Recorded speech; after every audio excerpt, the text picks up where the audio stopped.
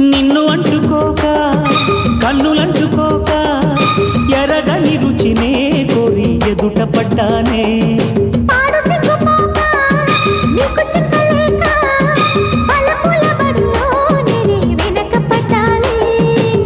బుగ్గల మందారాలు మొగ్గల సింగారాలు పైటల బంగారాలు నావేలేవమ్మా.